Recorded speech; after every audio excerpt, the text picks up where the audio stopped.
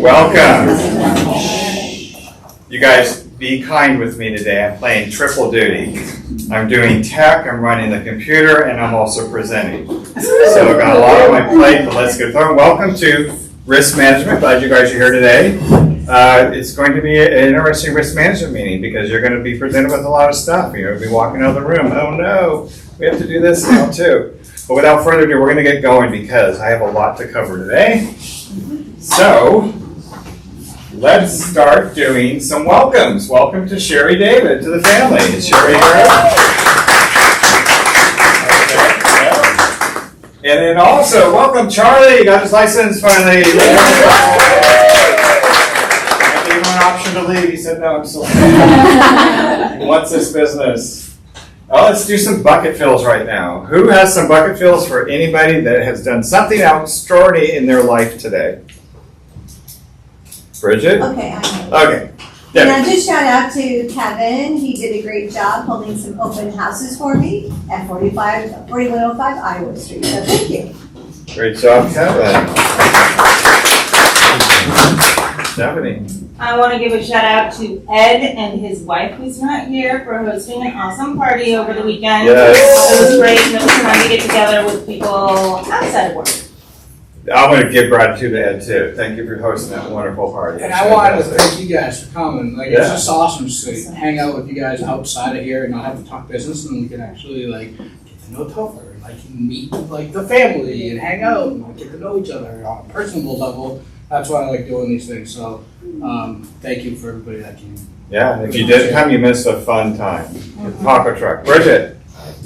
I want to give a shout out to Yvette, who stayed at her open house, which was on my listing, for an hour on Sunday because a buyer came in at 2:59, and they already had an agent, but they stayed for an hour, and she walked them through the place, and that is just KW culture right there. Yvette, I think you're amazing, and I cannot wait for us to do a deal together. Yay! Where's the noise? Lock the door at 2:58. Go away. Let's give gratitude to our sponsor and have her up for a few minutes. Natalie with Quick Draw. Come on up, Natalie.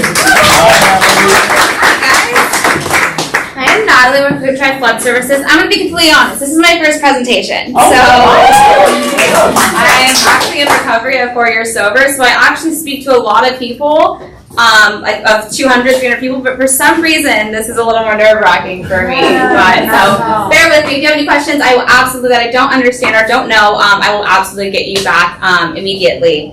But so I may be new to the industry, but my company is not. Hi, Poppy. We're one of the oldest flood services in San Diego. We've been around since 1968. We specialize in structural drying, so mold, sewage, water. We service all the way up to South Riverside counties, South Ocean, or Orange County, all the way down to San Ysidro, all the way down to like Julian. So pretty much all of San Diego, and then outside as well. We do free on-site estimates, and I know that majority of you property management doesn't work through insurance, so we have special pricings for property management as well. We try to minimize the work as much as possible, so which would mean drying on in place, not having a demo, just using our equipment to dry out the properties, so we don't have to add up expenses. Being in recovery, being honest is one of like a really big part of my service. So I do love that we honor ourselves with being one of the most honest companies. I know the flood servicing can be a pretty corrupt industry. So it does feel good to be able to work for a company that pride themselves in taking care of the customer, which I feel like is a big reason why we've been around for so long. Our response time is a rapid response. We come out within an hour to an hour and a half. And we're a 24-hour service. It's never an automatic response, so it's all real people, 24/7. You'll always get someone and not have to deal with all kinds of AI and craziness that they have today. My phone's always on as well, so if there's any problems that you guys have, I will be able to dispute that for you as well. And Yeah, I think I covered most of it. But yeah, any water damage in the sewage, that we will go out that same day, and then we'll jobs to go throughout the week. We also do have contractors. We're a full umbrella if you guys really need it, but to be realistic, our contracting company is a little expensive. So if you guys do have handymans and other stuff, feel free to have rather work with your guys' vendors as well. So in the pamphlets, we have all of our credentials and all. We have the abatement testing guidelines as well. So anything you guys need for if you guys do call us out, we'll be able to help you right there. We were talking about earlier about. So if there is a flood or there is a job, do not call your insurance first. Call us, and we'll help you to schedule out of what to say to the adjusters and insurance to make sure your claim goes through as well. So thank you. Thank you, Natalie, for the wonderful lunch that we got. Movement Mortgage, you're up. So, in the spirit of risk management, it is very important who you choose to do your loans with. Okay, that's all I gotta say. There are so many issues right now that are going on out there. I've had 3 this week that have, for instance, called me up and said, "Hey, I found the house. I'm putting in an offer. Can you get me a pre-approval letter? How about an application?" Let's start there, right? So 2 of those. I had one where I was cross-qualifying someone. You guys, I know there's a lot of listing agents in here. Just put me on the cross-qual. I will gladly do that. I don't gain anything from it except for saving your mind, right? But we all work together. I love you guys. I want to make sure that we're protected, right? I had one of our agents in the office put me on the cross-qual. They got an offer with a DU attached. Now, you guys all know what a DU is, right? Yeah. Okay. It's an automated approval. Whatever I put into that system, I'll get an approval. I can fudge those numbers. If I don't know what I'm doing, I can get an approval. They submitted an offer with an approval, and oh yeah, guess what? By the way, this person was trying to take out money from his 401k, of which he has $1 million in the 401k, but he still works for the company. You can maybe take out a loan of $50,000. You can't take out $300,000 to buy that house. It doesn't work that way. That's not how 401ks work, right? Not if you're still working for the company. Then he's like, "Oh, it's okay. Well, they're going to get a gift." Dude, it's an investment property. You can't do a gift on an investment property. If you don't have money to invest, you can't invest someone else's money. It doesn't work like that, right? So again, we stopped the transaction from going forward. But if it wasn't for me double checking this other knucklehead's work, and I talked to him, and I'm like, "Dude, what are you doing? Like, this is 101. Like, how did you miss this?" "Oh, sorry, man. I just, just working too fast." Like, there's a lot of this going on out there. We have online banks that people put their information into. They're getting quoted 5.99% on an investment property. That's not a going rate on an investment property. Okay, and I'm trying to tell these folks, and I look like a jack, right? Because I'm being honest with them, but I'm going to be honest with all your clients, right? So just please, whatever you guys do, it doesn't hurt to double app. Do you guys all know what double apping means? Yeah. Having a second application going with 2 different lenders, you have something on a backup plan. It's not going to hurt. You're already submitting your docs, submit them with another lender. Have 2 plans going, so when one fails, you got a backup plan, right? Have me cross-qualify. Just put, to be cross-qualified prior to acceptance. Call Ed Belinky and then put my cell phone and my email. I'll check it out for you guys. Please don't send me like 30 offers, but like tell me like 2 or 3 that you're considering. But I have no problem in making some phone calls and making sure everything's going to go smooth for you guys, all right? So let's mitigate our risks out there and make for nice, smooth transactions, because I'll tell you like it is, I promise you, all right? Love you guys. Thanks, Ed. So this is Jacqueline's time to come up and do an Escrow Partners update. Congratulations, Corinne. She opened up an escrow, and we want to thank her for her support to Escrow Partners. Yes, and they're all in the back room right there. Why don't you guys give a shout out and say hi? Hi.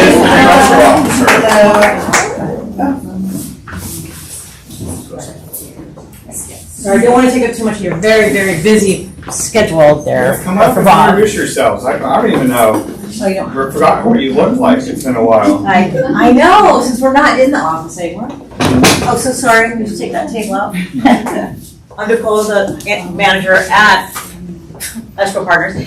Escrow partner. And this is our new employee, Christine. She's an escrow officer, years and years of experience as well. Easy on the ears. So, and we do want to thank her, and she just opened a new one. And also, a couple days ago, Erica Stoddard opened a new one, and she wrote escrow partners into the buy side, so we want to thank her as well.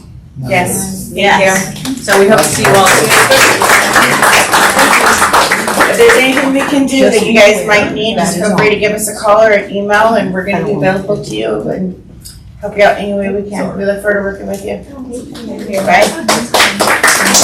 You guys, coming in, we have some room. Everybody be careful with that camera right back there. Try not to stand in front of it, because that's the camera that's recording. Don't bump into it, Marwan.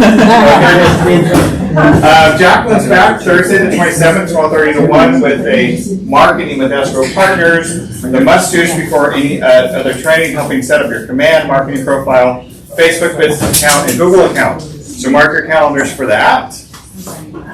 And Nikki is not here today, so we're going to get into productivity coaching update. I see Alicia's not in today. I will promote this. So I'm playing 4 people today. Okay. Congratulations, Sam and Yenny. They opened up another escrow with a buyer there in Growth with Alicia. Great job. Property pitches, please post on Facebook unless you have something that's really quick. Because I got a lot of stuff to go through today. Nobody? Okay, great. Okay, now I'm going to switch over. Give me some time. Talk amongst yourself for a little bit.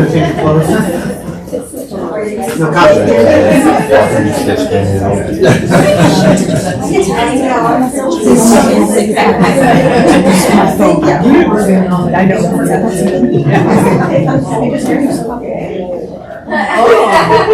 think so.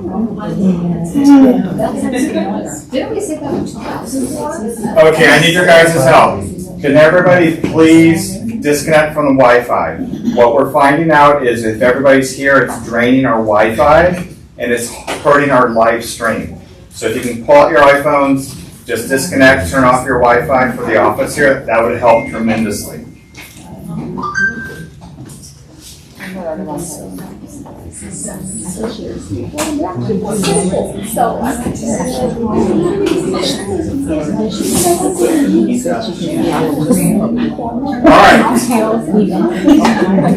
Let's get going. Hi, Kareem. You got in late. We just recognized you for your nose. So sorry, yes, my first That one's time. no longer working. I got it up here now. Okay. Yeah, doing it directly to the screen, because we're gonna go through all the new documents that CAR released, and we'll explain what they did not release. But today is National Chocolate Pudding Day. You guys know I love chocolate, so if anybody's around town and they wanted to bring us some chocolate pudding, I'd really appreciate a crisp bake. Dark chocolate, right? Dark chocolate. Okay, this is what we're gonna talk about today, really quickly, the SB 326, that's the balcony law. And we're going to review a recent transaction that was a very big challenge because of it. And I want to make you aware of this transaction. And we're going to go through the CAR forms release. And then the rest is just stuff that's on the PowerPoint that we're not going to review. So we recently had a transaction with the balcony inspection law. What were the challenges I told you guys you need to watch out for? Assessments? Assessments, yes. Insurance. Is it insurance or lending? Lending it. It's the assessments. If there's,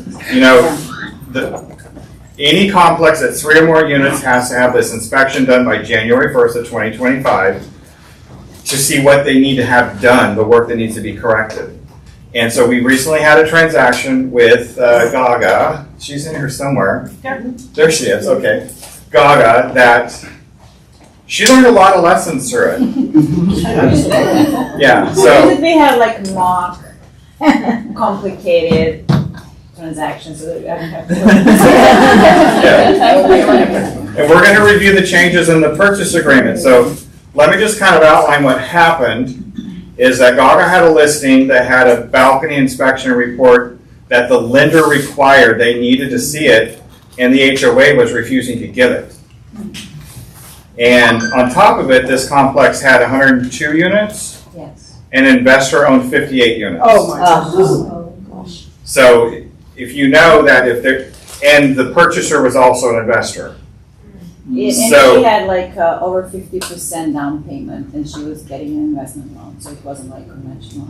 So the first lesson is if an investor owns more than 50% of the units, what's that gonna do to your financing? Makes it hard. It's on Mess warranty, it that's up. impossible. Impossible. Yeah. Okay, impossible to get. Okay, but the biggest challenge she came up to, the lender needed the HOA report because the new Fannie Mae guidelines say that the lender has to see that report. And the attorney for the HOA said, don't give it to them. So they were not releasing it. And this is what's happening. So, in order to get that report, Gaga, what did you do? Well, She didn't sleep with anybody, by the way. his question was. She said she was going to, though. Well, you're gonna sleep with the other person.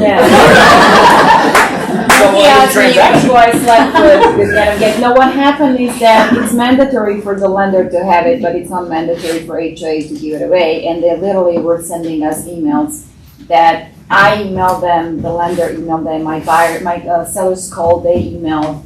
And they're not obligated to give it to the seller, to the owner, just to have it as okay, what is going on in the complex. They have no obligation to provide a document to anybody, okay? So the deal was off because it's mandatory here, but it's not mandatory here, so HOA kind of controls the assets that you have. And after we called CEO of the HOA, we called everybody. The last person that I called and that helped me was actually the guy who owns 58 units in the property. And first I sent my seller to go see the girl that is managing 58 properties, and I told her to tell them that we will have to file those lawsuits against HOA to get that, right, because they can't sell it. And then I in the meantime I talked to him. I emailed him and I texted him and called him, and then he called me back and he says, I'm gonna send it to you, and he did. There was nothing in the report. Everything was great. They also actually replaced all the wood. They fixed most of the balconies. They just didn't want to provide it because the lawyers are advising them not to, and that's what they told me. I'm just guessing that maybe in the future something would be wrong, that nobody can say, okay, how could you gave them that last time, but I don't know why it is. I talked to 2 lawyers too. One is the guy that you gave me, Bridget, and then I had another guy, and they were like, no, they don't have to give it away ever. I mean, maybe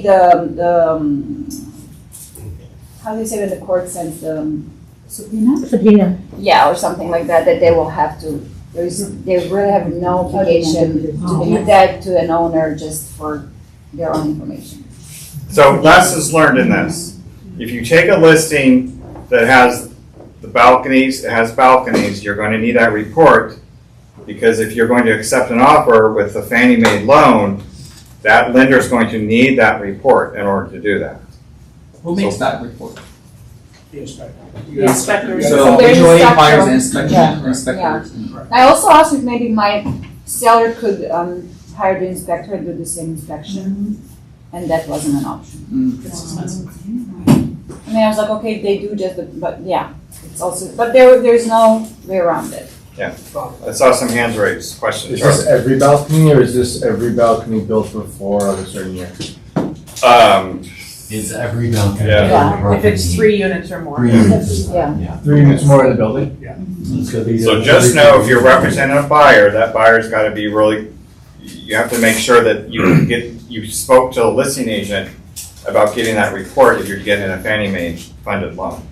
You guys, we will order condo documents for you on your behalf.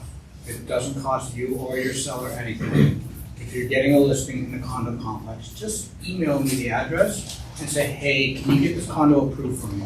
I'll tell you conventional, FHA, VA, and we'll get it out then. If you're gonna be getting into an escrow with a buyer on a condo, feel free to email me and But I did that. I knew that there is a guy who owns 58 properties. I talked to Matt, so I had that conversation. It's not like I didn't just do it on my own. I really wasn't.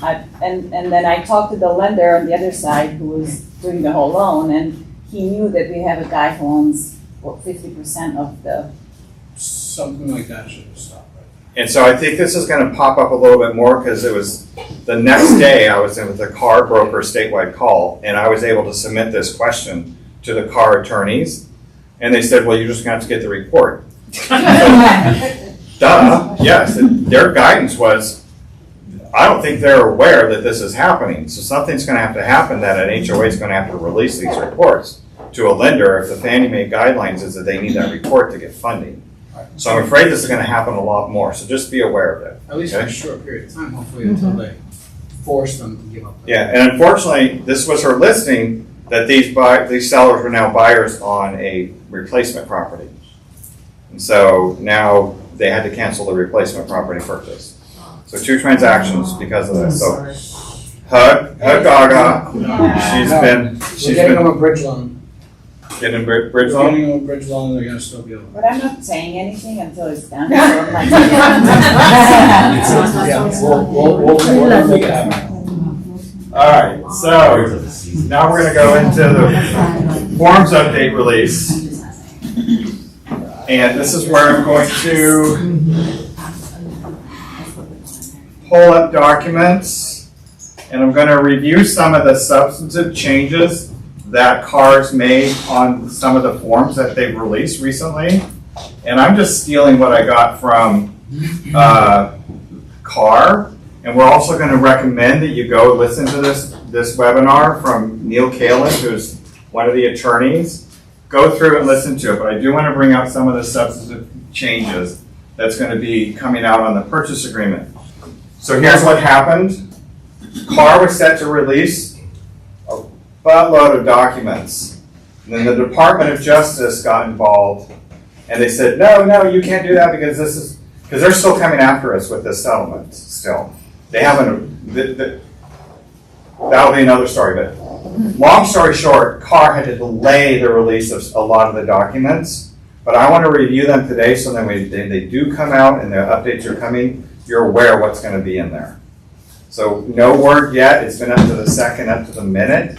I was literally doing this presentation this morning because I couldn't get access to some of this stuff, and I'm like, I'm just going to have to go with this. Marwan? From my understanding, the DOJ have not agreed on the settlement yet. So how are we releasing new documentations where the rules have not? Well, they haven't.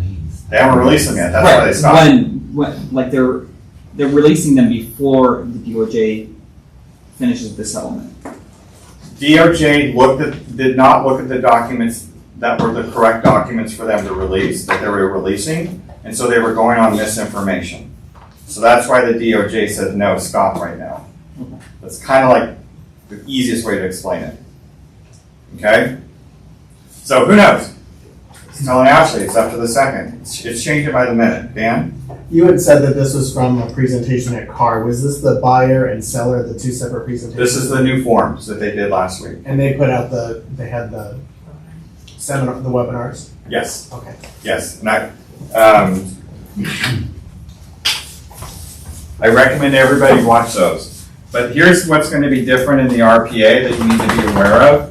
Remember, we made insurance a pretty hotbed issue because it's hard for people to get insurance. Now they're adding in section 8 on contingencies or removal of contingencies. They're bringing in the insurance, and this is the ability for the buyer to get insurance on that property. Not a good idea. Can you blow that up anymore?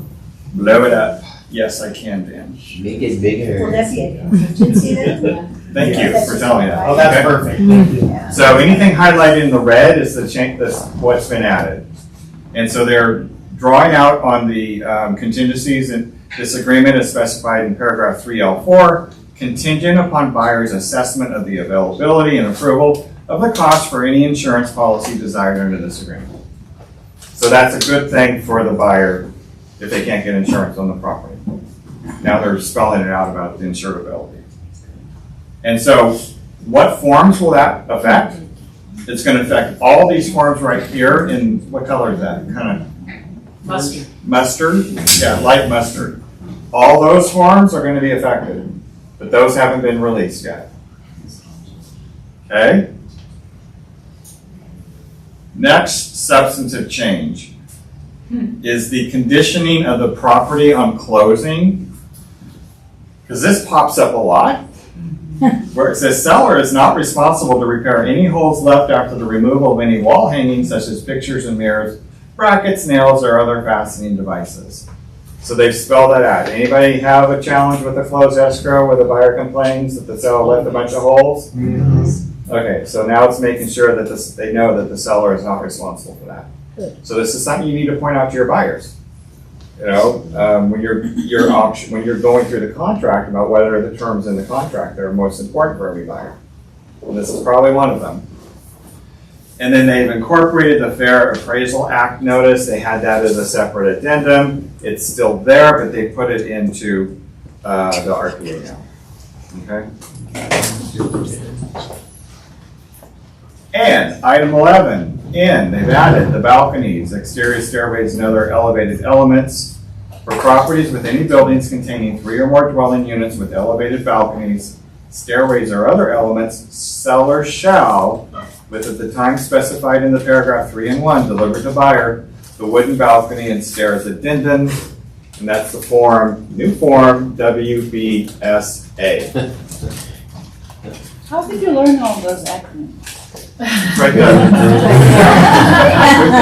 Now, I'll bring up the WBSA once I go through these forms so you can see what it looks like. Amy. So there's a 20-unit complex, but each building only has 2 connected units. Is it the complex because it's 20 units, or is it each building is only? The whole complex. The whole complex, because there's more than 3 units. Yeah. In the complex. Because the whole complex is going to be responsible for any repairs on the exterior balconies, and every owner will be assessed, which kind of sucks. It's not fair. Yeah. Because I lived in a 3-story building, and when the elevator went out that I never used, I had to pay for the new elevator.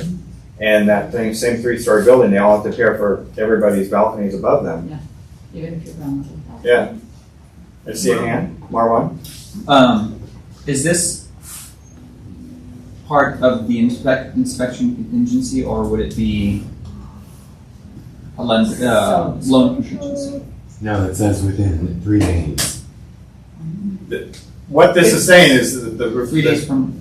This is not this isn't the contingency. This is about what the seller is saying. The seller needs to provide that report to the buyer. Right, but it's one of the disclosures. But the right way to do part of the disclosures. Okay. Yeah, they have to provide that report to a buyer within 3 days. Or the time specified in the paragraph 3, which is when the seller discloses. Oh, it's 7 days. 7 days.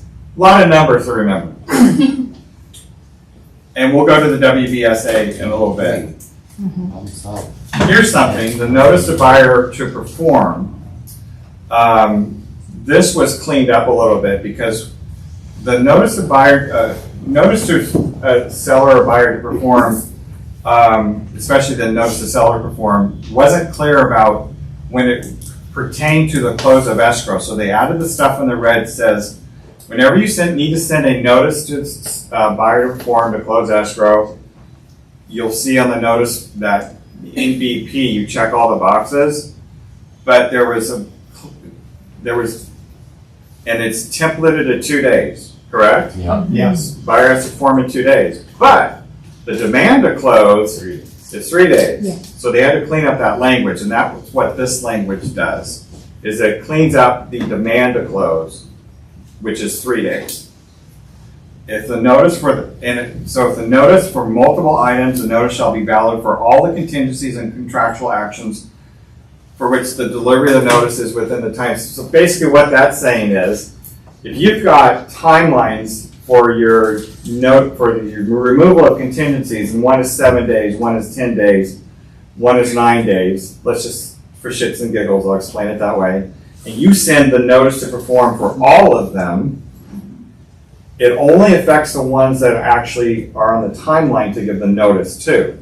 So if it's not ready for the one that needs to be removed in 10 days, it's not going to affect that one. Does that make sense? So that cleaned up that language as well too. And then the item 19. Why would you even send it with multiple ones? Yeah. If you had different, you're not going to have it very often. Item 19 is that the escrow holder is now going to be responsible for disclosing the respective compensations to the buyer's broker and the seller's broker. So it's incorporated into the NAR settlement. Now it's all full disclosure. You have to disclose to your buyers and your sellers how much money you're making. Okay? In writing. So I have a question. So we've always done that with our sellers. Now I know we're doing that with our buyers. But does that mean the buyers are gonna know what the listing agent is getting too? Is that a new addition? Mhm. Oh, Full disclosure. Transparency. And when you say in writing, I believe that's on the, Well, it's all. print out the hot sheet and have them initial it like usual, or? I'm I don't forgetting know. where- We'll see. It'll be on the new. Oh, okay, Yeah, it's it's changed. It It'll won't be be on on the the new hot farm, sheet because okay. it won't be in the MLS. Oh, that's right, it won't be, that's right, never mind. And So they'll know that they won't. So no, they won't. here's we'll have to another write it. substantive change. When a contract or a document is considered delivered, and the old way was, it used to be delivered, now they're explaining what delivery means. So delivery means in possession if it's located in the inbox for the applicable party or authorized agent, unless otherwise agreed on a new form called the DEDA. Delivery something. So basically what the contract now is templated to be electronic delivery is what they're doing. So that's the template, unless either the buyer or the seller opt out using the form DEDA. So if the buyer says, no, I don't want everything electronic, I want it printed, I want it delivered, I want it hand delivered, I want it mailed. So is there a default in that for the HOAs that do printed documents and don't do electronic? Well, we'll look at the DEDA. DEDA? Yeah, Okay. good question, Dan. Because Repeat the so many question. HOAs choose to not do it electronically. So it's literally paper being delivered. It can be scanned, right? By whom? Well, now that the contract Right. stipulates that it's electronic, then the HOA has to follow what's in the contract. But the HOA isn't a part of the contract, so why should we have Yep, seven? good point, Amy. Good question for car legal. Who's gonna call? Who's gonna call? Thank you for Thanks, Bob, for doing that. Yeah. The next substantive change is in regards to the offer expiration. The biggest challenge with this, actually it's the entity buyers or sellers. So you know how you have an entity buyer or seller and sometimes the name of the entity is so long it doesn't fit into the zip code. That means it's a good one. Yeah, it's too long. So this section number 5 is where you can put the entire length of what it is. So now you have enough room to put that in there. So instead of using the RCS D-S or B, you can now on your offers make sure you complete the trust name or whatever LLC or entity in this long paragraph. And then in your zip forms, when you're putting the parties together, you just can put what you can fit into that line. And this will clear it out. And if you don't do it right, now Mark says 99% of the contracts he reviews, y'all suck at getting the RCS, getting this done right. And you all suck at getting the RCS DSB done right. He's very touchy about it because every time he gets one, I have to hear it from him. I will attest to that. You know what? But this is why it's important. Let me just explain a real life example. This just happened this year, and I explained it a few months ago. Risk management. If you don't get this right, then you don't have a valid contract. Right. Right? Correct. So if you don't have a valid contract, and this happened where we were representing the buyer and the seller, and the buyer did not have was not written properly into the contract, and our seller was saying, we can cancel this contract because it's not a valid contract because this buyer did not provide the right entity information, and you as the agent didn't get it. So if you want your deal to go bye-bye and not get paid, and this was a big deal for this agent, it ended up being the sticking point that seller was able to cancel the contract. Dan? Does this also work in cases where there's more than two like buyers or sellers. So there's only 2 dedicated areas for a buyer or seller. So let's say there's 4 people that own a property and they, Well, this is about entities. but this is only for entities. Yes. Okay. You'd Only still for need the entities. RCSD to identify. Okay. where you're signing. Now, you can add 4 Additional buyers signage. in a purchase and a listing, or in a purchase agreement. You guys know that, right? You just, in this buyer number 1, you can put 2 buyers, and buyer number 2, Yeah. second, you put two buyers. Yes. You can add up to 4. Yeah. Instead of having to incorporate the Additional buyers. additional, That's the easiest It way to do it, does- then they can all sign on the, yeah, that's the yeah, it easiest. makes it way. easier. I did that and they wanted me to put them all in a contract. Oh, really? I had that addendum, but they said no. No, they didn't. No, it's not, it's not addendum yet, no. You didn't Okay, this is the real estate broker sections. It's the last page of the RTA that confirms. This is basically the confirmation of agency. This is what confirms that you get paid. You guys don't fill this out all the time either.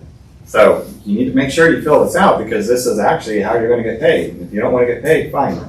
We'll just cancel the escrow.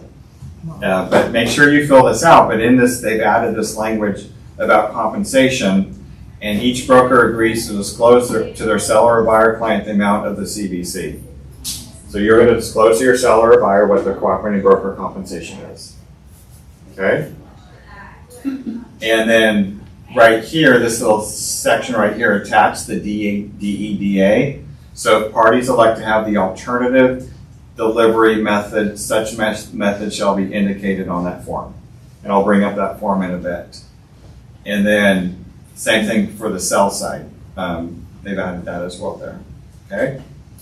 And then, oh, here it is. This is the DEDA.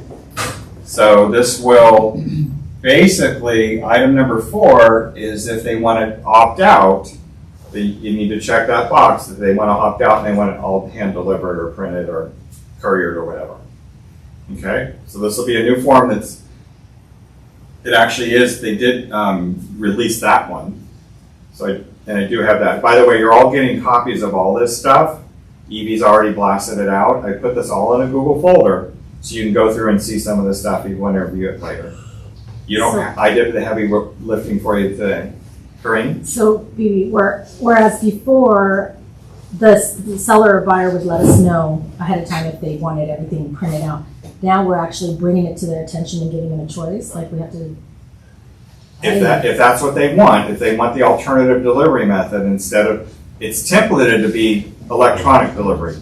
But if they want to opt out, then you need to incorporate this document into the purchase agreement. So do we always have to present this? Is it attached to the?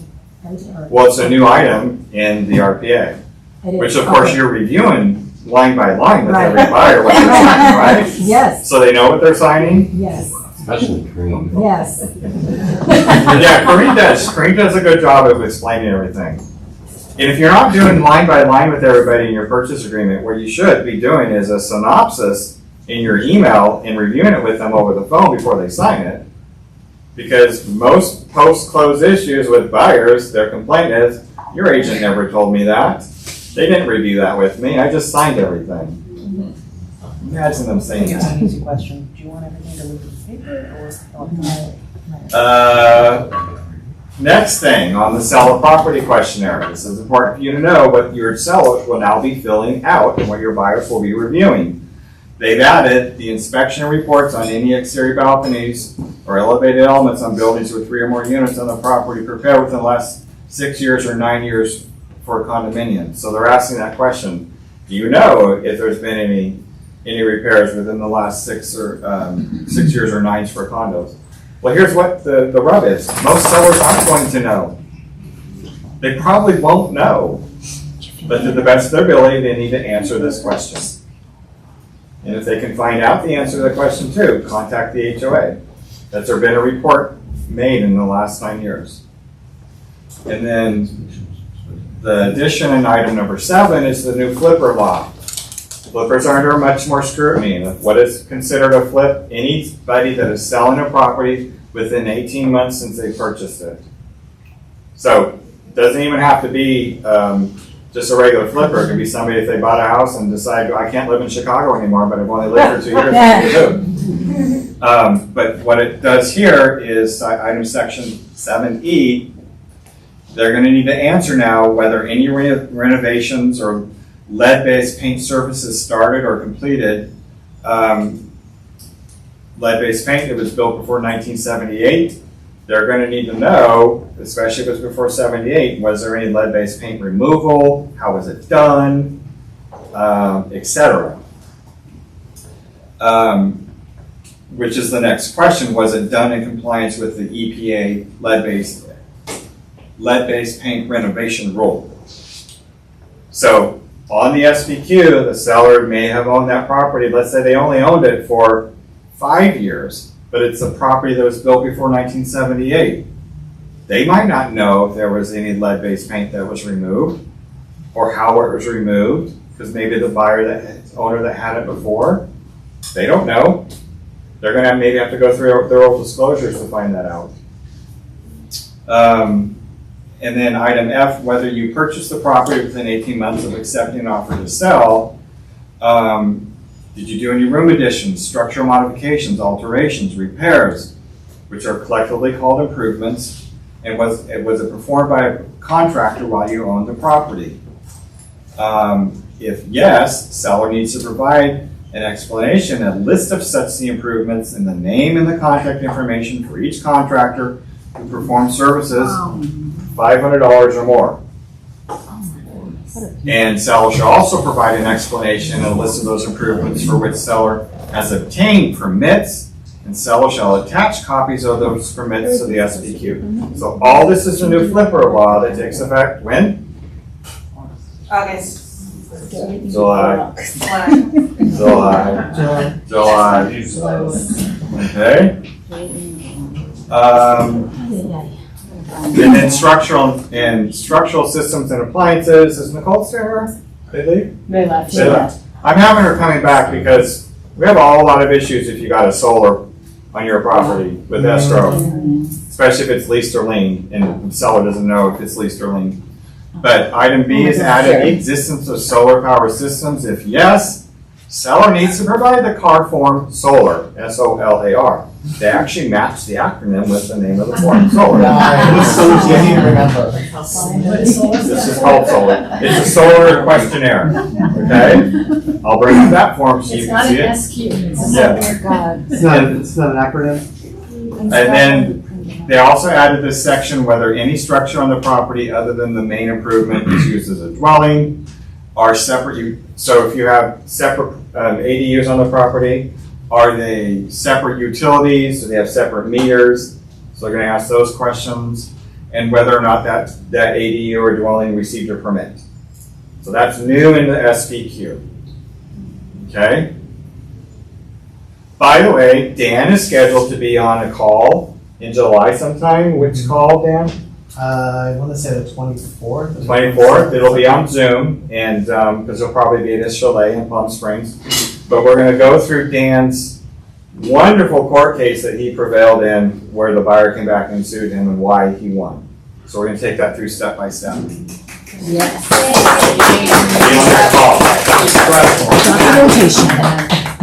And then this addition on the TDS. So this is on the TDS. C4 and C5 to transfer, acquire the property within 18 months of accepting an offer to sell. Seller shall make additional disclosures regarding the room additions, blah, blah, blah. So it's going back to what was on the SPQ. So this is new on the TDS. Wake up, put you on it. I know, this is really exciting stuff. Imagine I have to read through all this stuff too. And then also on the SPQ, add item D and E, whether the property is tenant occupied, and whether the property was previously tenant occupied, even if vacant now. And if yes, disclose if you know the method or manner of how the tenancy ended. Why is this important? Disgruntled tenants come back. It is horrible being a landlord in the state of California when it comes to removing a tenant from a property. Yes, sir. For even if it's just cause, right? So just cause, there's 4 things for just cause. One is they want to just take the home off the rental market.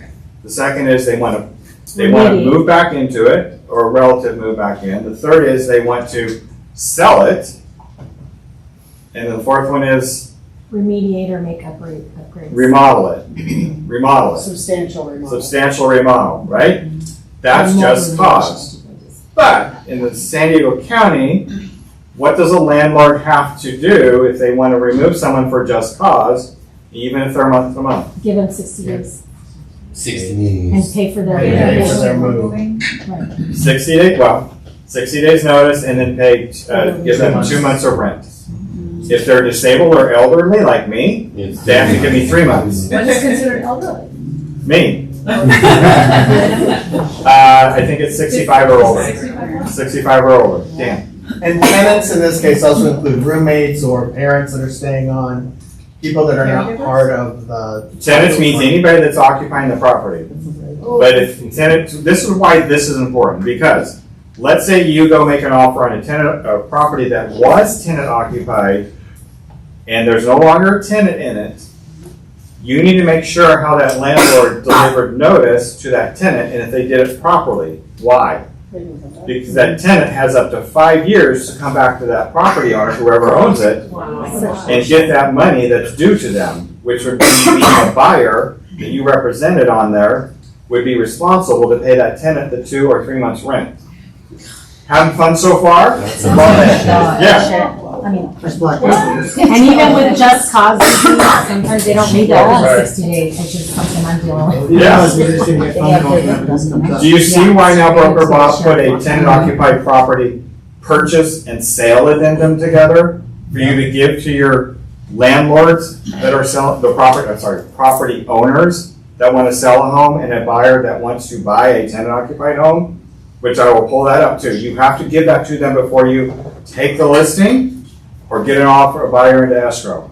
Because you need to make them understand what their rights and responsibilities are in investigation and inspection. Tenant occupied property purchases and sales are my nightmare right now. Ask Kareem. Question? Yes. Are there any caveats for military? No. What was the question? I missed 2 words. Carve-outs for military, no. Nope.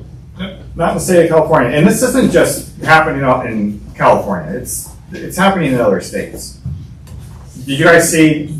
I watched a lot of YouTube, and CBS News just they're doing a 4-part series on squatters and squatter rights. Yeah, go Google it and watch it on YouTube. Squatters have more rights. There was that one lady in LA that stayed in an Airbnb for like a year. Yeah. It's terrible. And then material facts on the SPQ. Any past or present known material fact or other significant items affecting the value or desirability, but probably not otherwise disclosed to buyers. That's an extra. And what's the explanation? So what could be something that's an additional material fact that seller needs to disclose? If they're gonna be building something across the way, that's gonna Or the cause a neighbors lot of are nuisance loud, and the noise. neighbors have loud parties. There's a brothel. It's a problem. And then they revised the WOO, the withdrawal of offer. And what they've done is they made it multi-purpose with what you're withdrawing. In the past, they just had a WOO with no reference to anything. But you might have a purchase agreement that you want to withdraw the purchase agreement that you wrote for that buyer, or a buyer counteroffer wants to be withdrawn, or a seller counteroffer, or a seller multiple counteroffer, or maybe the request for repair, you want to withdraw that, or the seller wants to withdraw the RRRR. So you can check the appropriate one here, and then section 3 is where you attach the appropriate document, which are the blue ones above, that you want to withdraw. And that's, you withdraw it prior to acceptance. That's what this is for. Let's say you screwed up and the buyer says, no, I want to ask for more. I want to withdraw what I'm asking and put a different RR on them. Okay.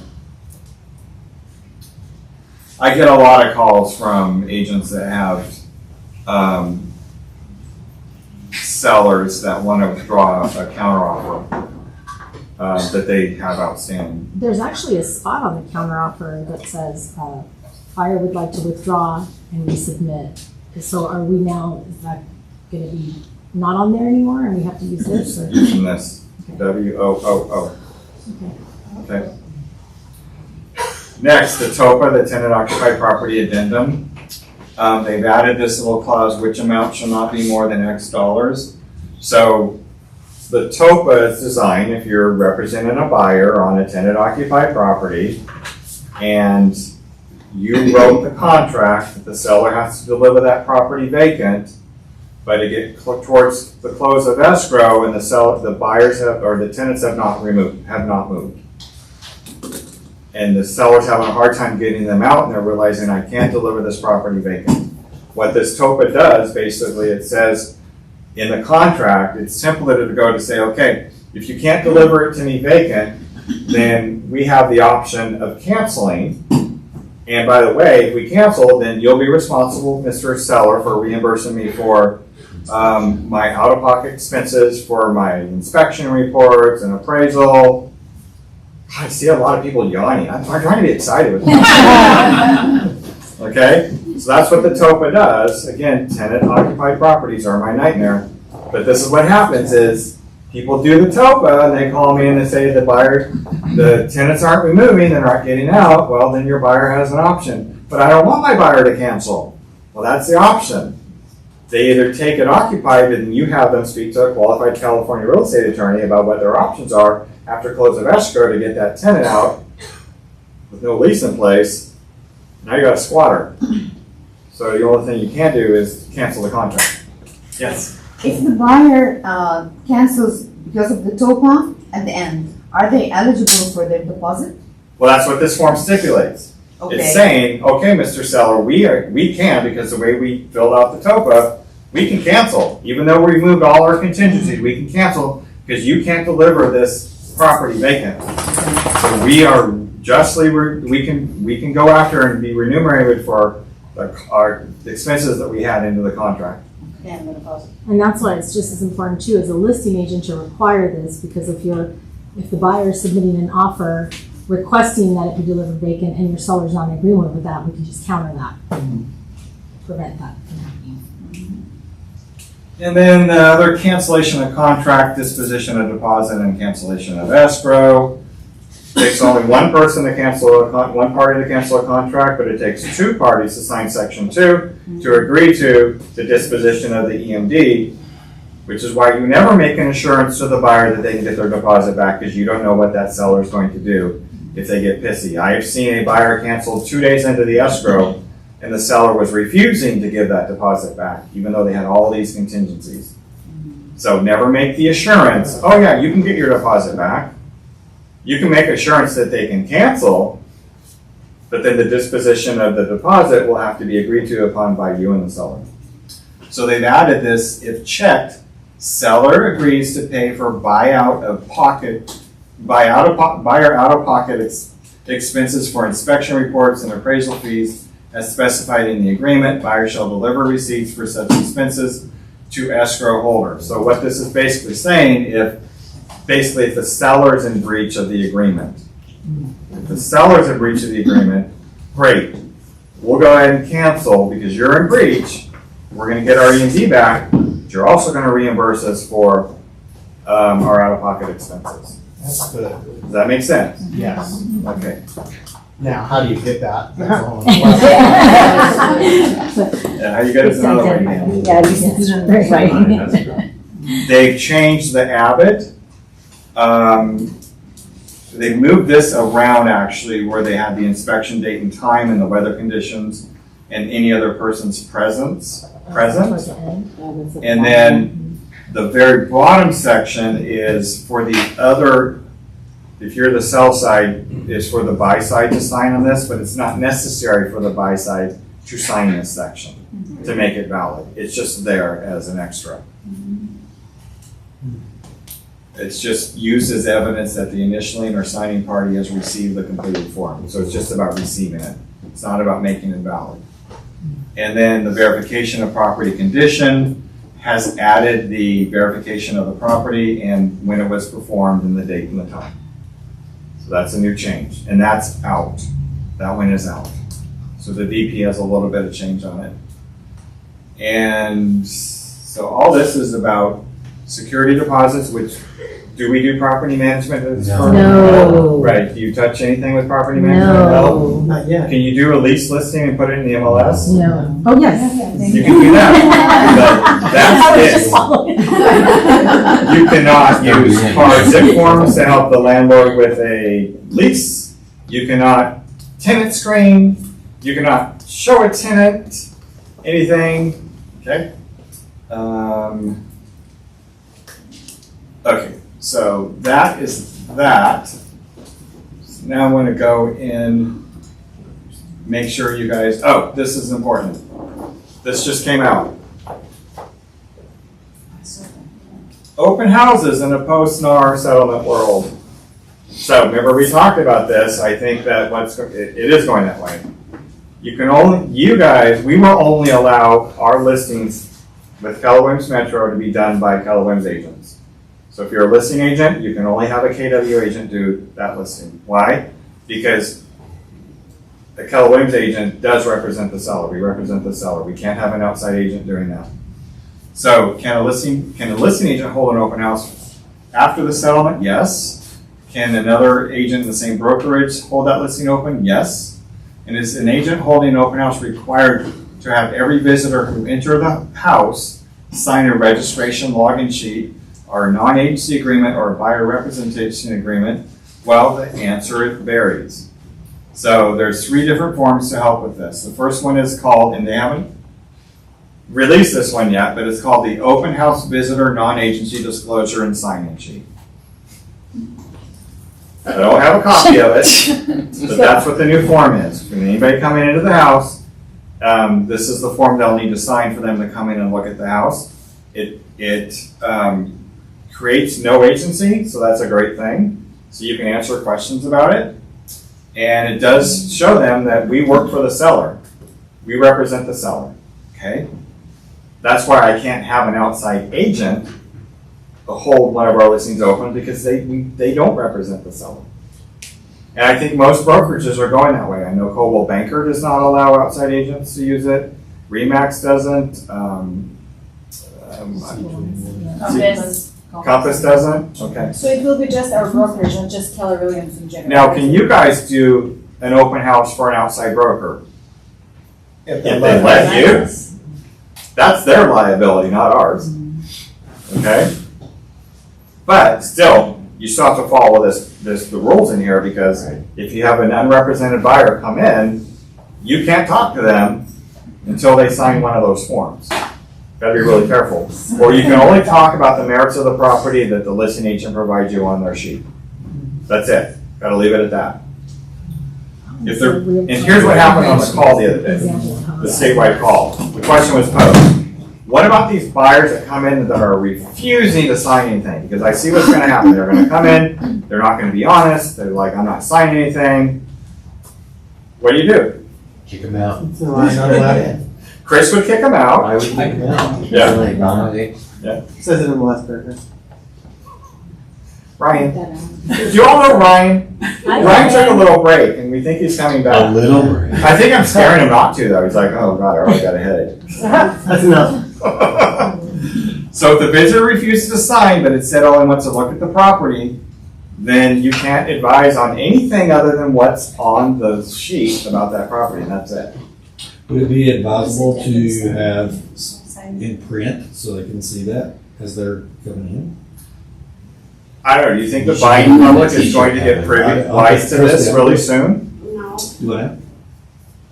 I don't know, what do you think this is what's gonna happen, everybody's wondering, how is this going to unfold? What's the buying public can become privy to? How are they gonna handle it? Amy? I wasn't gonna ask that question, so I'm not gonna answer that question. I had a different question Okay. about buyers. But I want to see how it will unfold out there. You guys will And see then the it. thing is though, I mean, you guys can remember, not every buyer in the market has been a buyer in the market for the last 25 years if they know that they are not necessarily required to sign in. The new buyers come to market, that's gonna be what they do. It's just the way it's gonna be. Yeah. Just like when we started introducing the BRE, buyers from 10 years ago were like, what? Now the buyer's like, oh, okay, that's cool. Yeah, and I'll say I don't get pushback when I have people come in. Buyers will get used to this, they're not gonna have an issue with it. I hope. I don't They get usually pushback. push correct information anyway. Yeah. So, my question is, if the buyer already has an agreement signed with another agent and they come to my open house, do I still have to have them, are they gonna be signing mine too? No. Even if they're by themselves? No, you're just limited to what you can help with them. You're only Talk to your limited, agent, you're only, yeah, because they can't have two agreements with two agents. yeah. They need to know what you need, they need to tell you who you now can communicate through for the merits of the property. Okay. So they bring me their agent's business card. Yeah. I say, great, go ahead and take a look. If you have any questions, call your agent. Yeah. Correct. Yep. Bridget? I feel like the simplest solution is if you're concerned that buyers are gonna give you pushback, you just post the rules in front of the front door and say, here are the, per NAR or car, whatever, here are the rules for my open house. Here's the rules. Bridget's gonna be a rule follower, follow my rules or you can't come in. Amy? The open house visitor non-agency disclosure actually identifies an agent. It's just asked them for 4 pieces of information. I was actually using this because I didn't have any other sign-in sheets about a month ago. And what I found is that when people said that they did have an agent, I actually asked them to write their agent's information here. And if they didn't have an agent, I think that they were most worried about me sending them junk mail. That's truly like the only reason why they didn't want to sign in, even if they did have an agent or didn't have an agent. So it's not a whole lot. It's just more about talking to them about that. Like that information's coming to me, and I'm not doing anything with it if you don't give me permission to. And Corey Shepard just sent out an email. Did you all get it about the new ABR accredited buyer representation class they have coming up? Yeah, was it next Monday? No. Yeah, so my recommendation is you all go to that. Because it's gonna teach you how to actually talk to a new buyer with all the new rules in place. If you put less information in MLS, they will have to sign something if they want more information. So just put like less in MLS, and then they'll have to sign if they want to get more. So again, all these are in the link that Evie mailed out. I want you guys to go through, read some of that. I do have the tenant occupied property sale and purchase addendum. I was able to get, before they yanked them off the website, the draft version of the RLA and the RPA. So that's in there.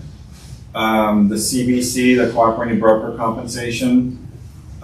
This will probably be a form that you're going to use a lot moving forward to confirm the amount of compensation you're getting from the agent. So my recommendation is to get used to this form. The good thing about this form now, I don't have to sign it. Yeah, you don't need to send this to me. I only sign cancellation of listing, commission instructions, and what else? The SELM, the authorization to exclude from the MLS. That's all I need to sign. You all are sending me stuff that when I need to sign on some of the contract for broker initials, I don't need to sign stuff like that. Referrals, do you have to sign? Referrals I have to sign too. So that's the new CBC, that's what that will look like. And we are over time. I still see some yawns. Any questions? I have a question. Yes. If I have a buyer now, which I do, and we have to sign something, so I was waiting for this. So what is it that I should sign today with them? The old BRBC or? The old, because that's all that's available right now. Okay, that's what. Oh, there's 2 other forms in there that I forgot. It's the modification of terms to the BRBC and the modification of terms to the RLA. Those are released. They're in zip forms right now. So what you should be doing if you have an existing BRBC or an existing residential listing agreement is get that modification of terms. They're separate documents, and have your principal sign those modification of terms. With the BRBC, it's about how compensation is paid, and the RLA, same thing, how compensation is paid.